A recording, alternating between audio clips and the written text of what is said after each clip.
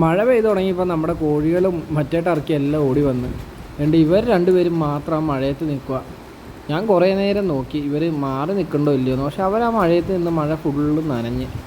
ഞാൻ പിന്നെ ലാസ്റ്റ് ചാടിച്ചെന്ന് എടുത്ത് ഇപ്പുറത്തേക്ക് വയ്ക്കുപോയത്. എന്താ കാരണം എന്നറിയില്ല. ഇനി വല്ല ദിക്ക് തെറ്റിപ്പോയതാണോ, ആദ്യമായിട്ട് പറമ്പിലേക്ക് ഇറങ്ങിയോണ്ടേ, അതേ ഇനി മഴ ആസ്വദിച്ച് നിന്നതാണോ എന്താണെന്നറിയില്ല. ഈ രണ്ട് പേരും ദേ ഈ നിപ്പിങ്ങനെ നിന്ന് ആ മഴ ഫുള്ള് കൊണ്ട് എന്തുകൊണ്ടെന്ന് ഒരു അറിവുമില്ല.